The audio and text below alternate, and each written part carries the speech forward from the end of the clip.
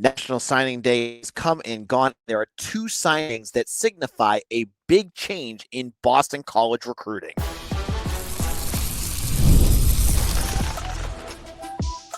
You are Locked On Boston College, your daily podcast on the Boston College Eagles.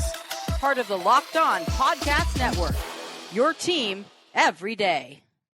Hello, everyone, and welcome. This is Locked On Boston College, your team every day. I'm your host, AJ Black of Eagle Insider, part of the 247 Network. I've been covering Boston College for over a decade. If you're looking for Boston College news, analysis, and details on your Eagles, you are in the right place. We are a free Boston College podcast available on YouTube or wherever you get your podcast. Today's episode is brought to you by FanDuel. Right now, new customers can bet just $5, and if your bet wins, you'll get $300 in bonus bets to use across the app. Download the app today. On today's show, we'll talk about the basketball team who fell again. Surprised? In overtime. Are you even more surprised? We'll talk about that. Is Burge Najarian out at Boston College? There's a new report out there. I'll tell you a little bit more about that. And we'll talk a little bit about National Signing Day, especially two names that really do signify maybe a change in way BC recruiting is going, and we'll get into that to kick things off. Now, on Tuesday, it was the first day of early National Signing Day, which is usually the first big day for commitments for BC, and usually is a big day for commitments because that's where 90 to 95% of your commitments, I'm actually underselling that, 97% usually come from this group. And on Tuesday, we got all of that, minus two names.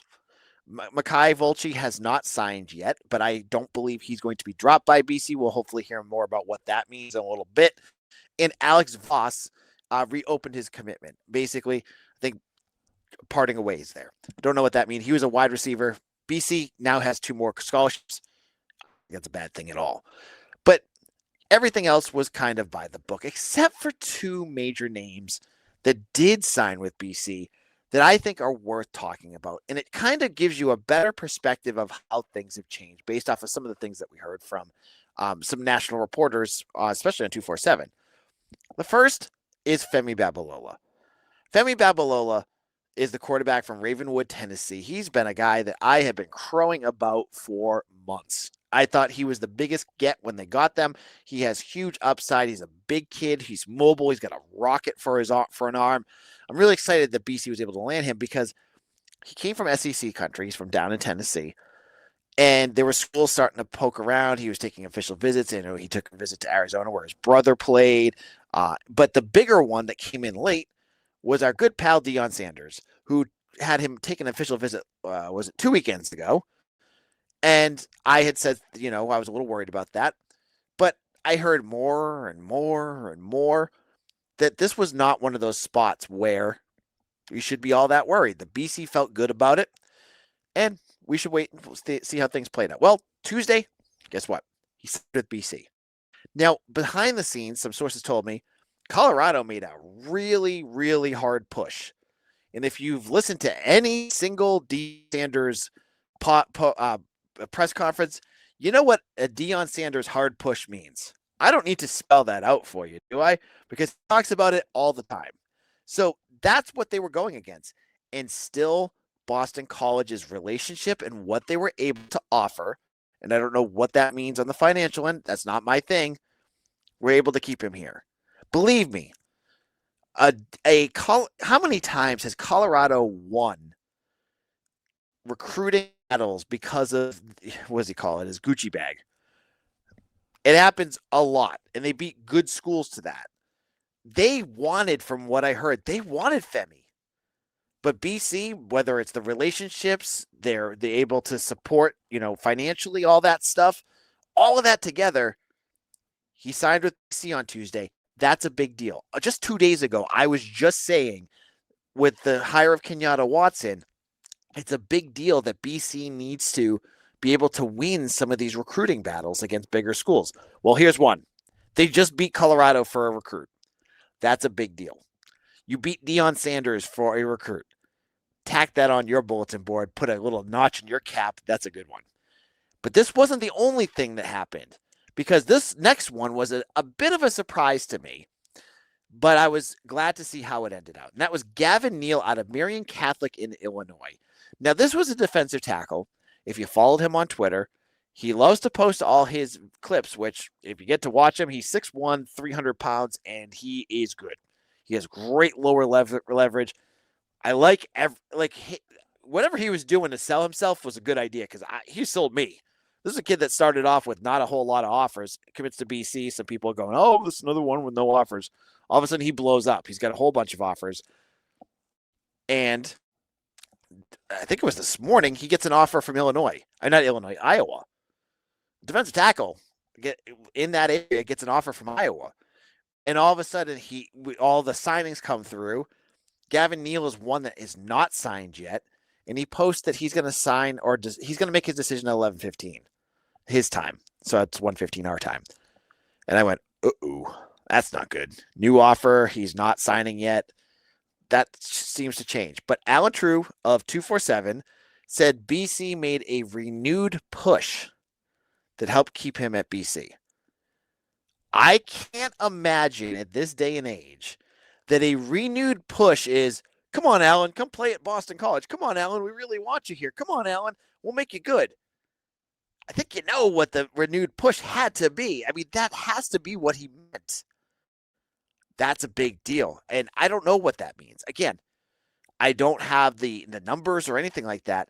But Iowa comes in, a Big Ten school that wants your guy, and you kept him. That is a great sign. That is positive. Whatever happened behind the scenes, that's irrelevant. But because whatever they did, whether it was financial, whether it was their pitch, it worked. Just the same as it did with Femi. That's 2 recruits that you kept out of leaving your program that were very critical to your group. Because Gavin Neal, his huddle film shows a defensive tackle you want out there. You could have a defensive line with Sterling Sanders and Gavin Neal and Mac Fitzgerald and some of these other guys starting to really build it up. You're starting to see where the depth is going to come from if these guys hit.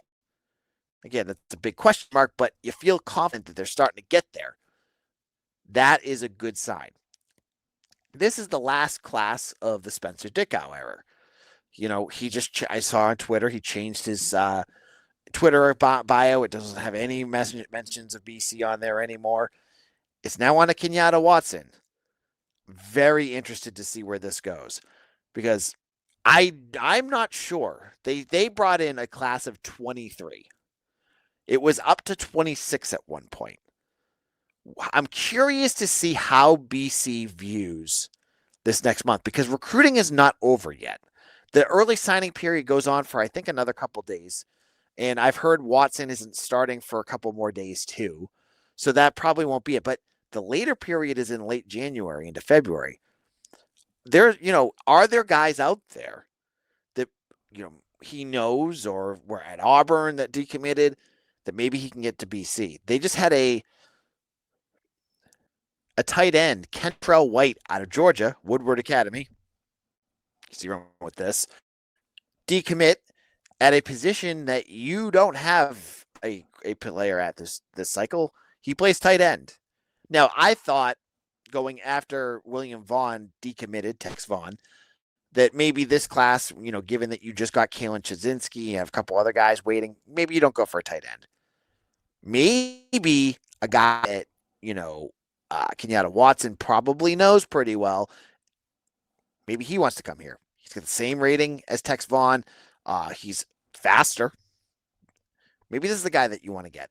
That's me just spitballing. I don't know anything specific about that, but I just saw he decommitted today. I saw where he came from. That's Kenyatta Watson country. Maybe this is a name we watch for. His name's Cantrell White. That's one that I would be looking at. Now, in a moment, staffing is still changing, and Kevin Stone of Rivals had a new news item that I think is worth talking about. We'll get into what that is in just a moment.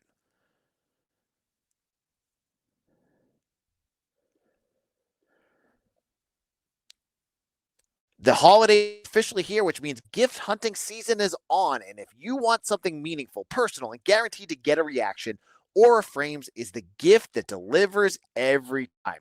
It's not something you wrap, it's a way to share memories because Aura isn't your average picture frame. You can preload the frame with photos before gifting it, so when they plug it in, the memories are already there. No apps to fit, no setup, just instant smiles. I have 2 kids. My kids' grandparents, one's up in the North Shore of Massachusetts, about an hour away from me. The other one's in this is the perfect gift for them. They love to see what my kids are up to when they're not here. You can see them at the karate, you can see them at school. I love to send them photos. This is the perfect way to do it.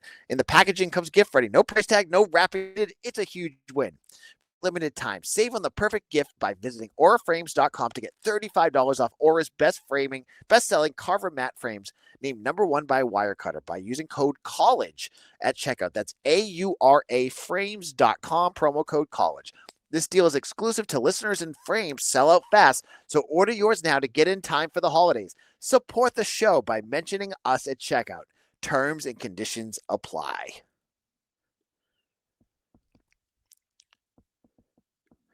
This is Locked On Boston College. AJ Black here. Thank you to all my everydayers out there. All of you who have made Locked On Boston College part of your daily routine. You guys are my MVPs, and I want to challenge you. If you are using Spotify and you listen to us on Spotify, and we are like your top, what do they put on the wrapped, the wrapped end of the year things?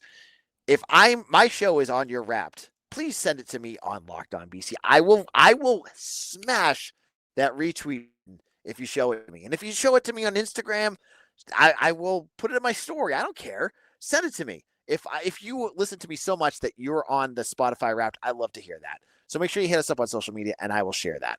Now, one of the big names when Bill O'Brien was hiring was Burge Najarian, who was the right-hand man of Bill Belichick, during the Patriots era. If you read any of those books about Bill Belichick and the times of Tom Brady, Najarian was his like go-to. He was his consigliere, basically. This is a guy that did all of the logistical stuff that made the Patriots successful. There's so much that goes more into football than to what you see on the field. Burge was huge in doing a lot of that stuff. Now, it was considered a big deal when Burge Najarian came with Bill O'Brien, who obviously knew Bill Belichick, to Boston College. Now, Kevin Stone of On3 and Rival, who I know pretty well, is tweeting out, and I've heard this too. This isn't just a Kevin thing, that Burge Najarian is no longer at Boston College. He's the chief of staff at BC. So this is the second show in a row where I'm going to pull back that curtain and tell you a little bit more about some of these positions. We talked about Kenyatta Watson, and I gave you a little bit of what I know about what a general manager does. This is the chief of staff. For a school like BC, a chief of staff does all the non-football logistics, whether that's hotels or practice, setting up practices, or, recruiting, setting up the logistics around the recruiting. He is the mind that goes into this.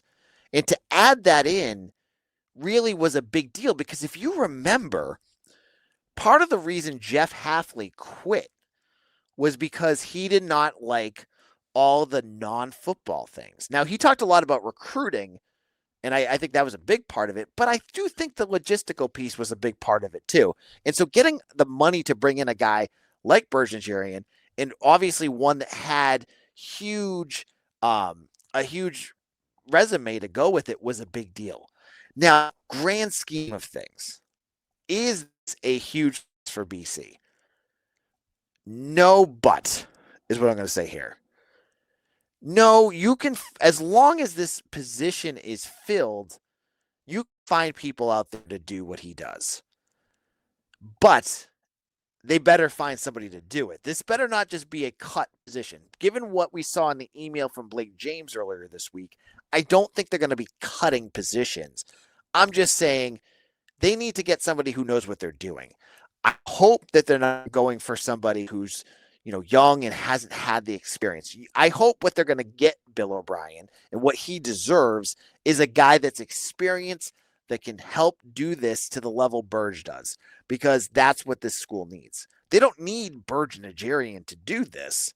They just need someone who is capable of doing it. And so as long as the next person who takes that chief of staff job is capable, then this is fine. So where is Burge going?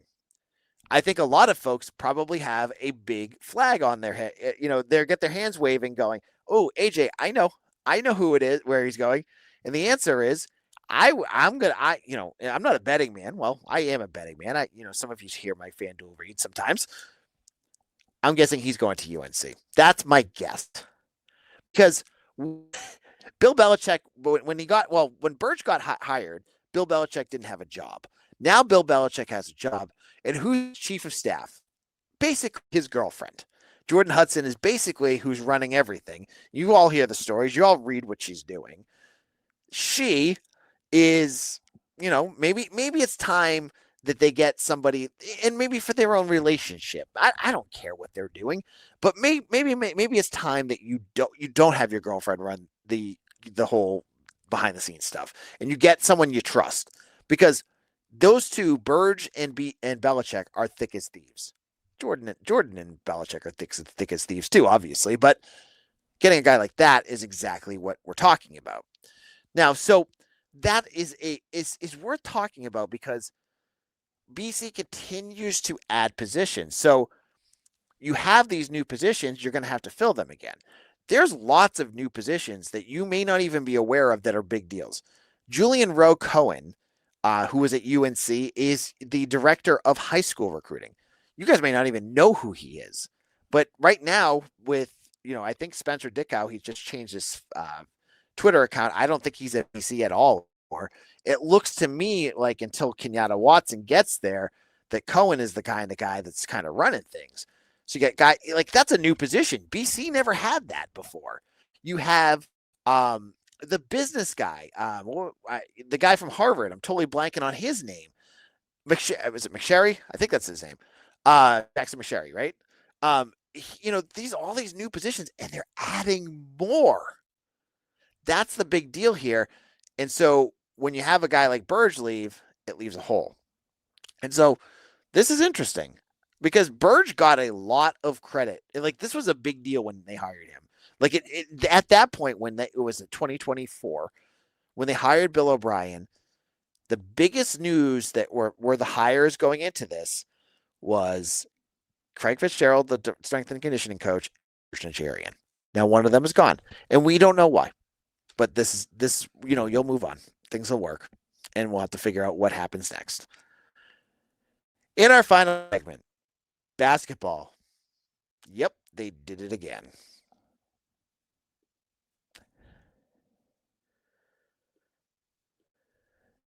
NFL Sundays move fast, one big play, and suddenly everything feels different. That's what makes live betting with FanDuel so exciting. You're not just watching the game, you're reacting to it in real time. With FanDuel, you can place bets as the action unfolds, every drive, every momentum swing, every highlight moment. Live betting is best when the game is in, so a receiver gets hot, a defensive tightens up, or the momentum flips after turnover. FanDuel lets you jump in with live spreads and money lines adjusting instantly. Player props update as guys heat up, and you can bet next touchdown scores, drive results, totals, and more. This is the best part. If you if you made a wager and it just wasn't working, with live betting, you can go along and you can win, you can update you can get that win that you just lost on. And so if you want to be right in the middle of the action this season, visit FanDuel.com and place your NFL live bets all season long with FanDuel. The game moves fast, and so can you.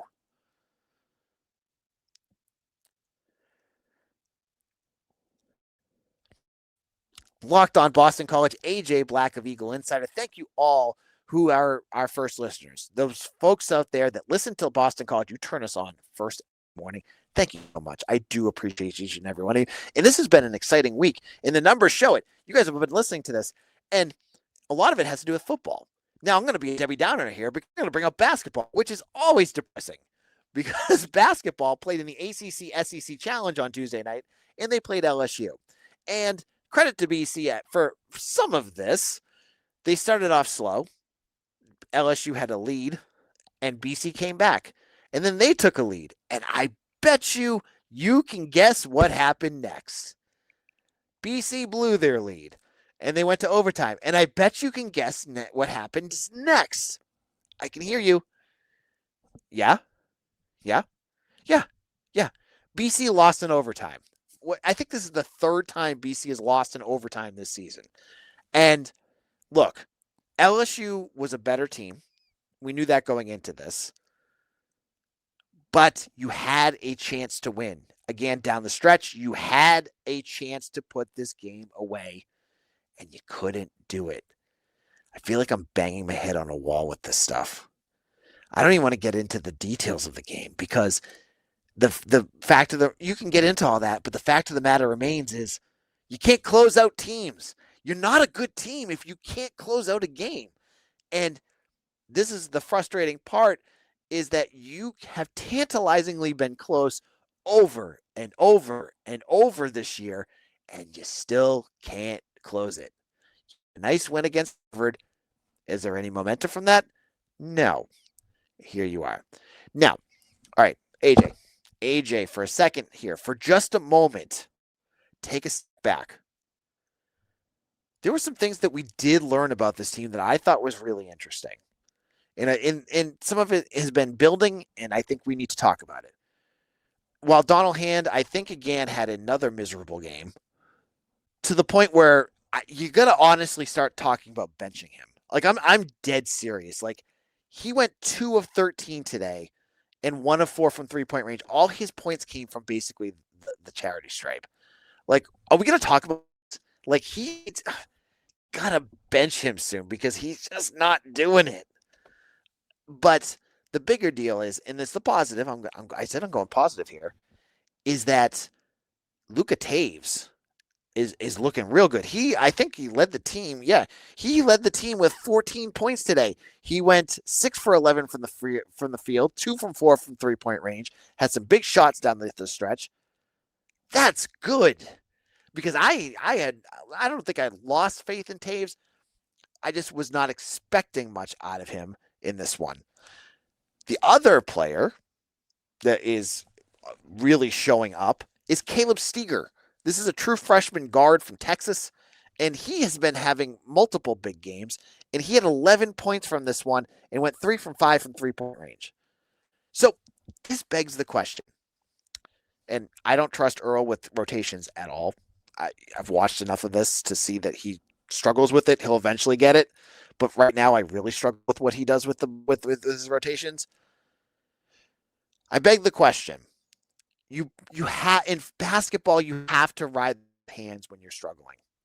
You can't just keep putting them on the bench. Will he either go to Luca Taves and get him into the lineup, or Caleb Steger soon? Because Chaz Forte had a grand total of 0 points in this game. Yep. And I said with Donald Hand, he's been on a season-wide slump. Yeah, his numbers are high, but like it's because he keeps getting to the line. Will you just try something different? My goodness, just try something different. You have 2 guys that can shoot. They're outside shooters. They can shoot the ball. Please get them on the court. Please play them more. I can't watch Donald Hand play hero ball and go 2 from 13 every single game anymore. It's making my eyes sore. I need to see these guys, Taves and Steger, are it's refreshing to watch them play because they're developing, they're growing. You want to get them out there. You don't want them to being bench players. Play them more. That's my thought on this. BC ends up losing 78-69. They not only lost in overtime, they got blown out. And if you look down the screen and watch the game, Conti Forum was dead because it's always dead. That's what we get with college basketball at Boston College because we're not competitive. Depressing? Yes.